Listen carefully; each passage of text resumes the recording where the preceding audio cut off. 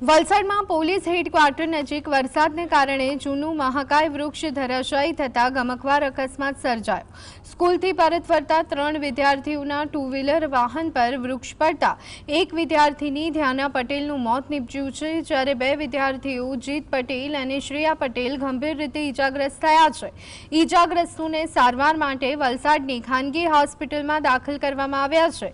ત્રણેય વિદ્યાર્થીઓ મારુતિ વિદ્યાપીઠમાં અભ્યાસ કરે છે। આ ઘટનાથી અબ્રામા વિસ્તારમાં ગમગીની છવાઈ ગઈ છે। દુકાનના બહાર જે ઝાડ છે જૂનું 100 વર્ષ જૂનું તે પડી ગયું છે, તો તેના માટે તો હું પહેલાં તો ફાયર બ્રિગેડને ફોન કર્યો, તેમણે કીધું કે હું આવું છું, આવતા જ હતા, પણ પાછો ફોન આવ્યો અને એમણે કીધું કે 3 જણા દબાઈ ગયા છે, તમે જલ્દી આવો। ત્યાર પછી હું એમ્બ્યુલન્સને પણ ફોન કરી, જીબીને પણ ફોન કર્યો કે વાયર તૂટી ગયા હતા એટલે તેના માટે, પણ આવ્યા ત્યાં સુધી એ લોકોએ એમ્બ્યુલન્સમાં મોકલાવી જ દીધા હતા, પણ જે 3 બચ્ચાઓ છે દબાઈ ગયા હતા, 2 છોકરાઓ હતા, એક છોકરી હતી, 3 એક જ ગાડી પર હતા, પણ એમાં અત્યારે હાલમાં જ ફોન આવ્યો ને સમાચાર એવા છે કે છોકરીને વધારે વાગ્યું હતું પેટમાં ને તેના લીધે ખરાબ સમાચાર છે।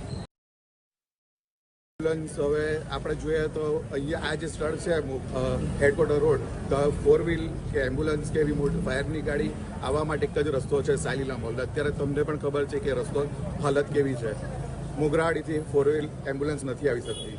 અહીંયાથી જે આપણે અત્યારે બાઇક પર જો લઈ ગયા હતા તો કદાચ બીજું પરિણામ બી આવતું હતું,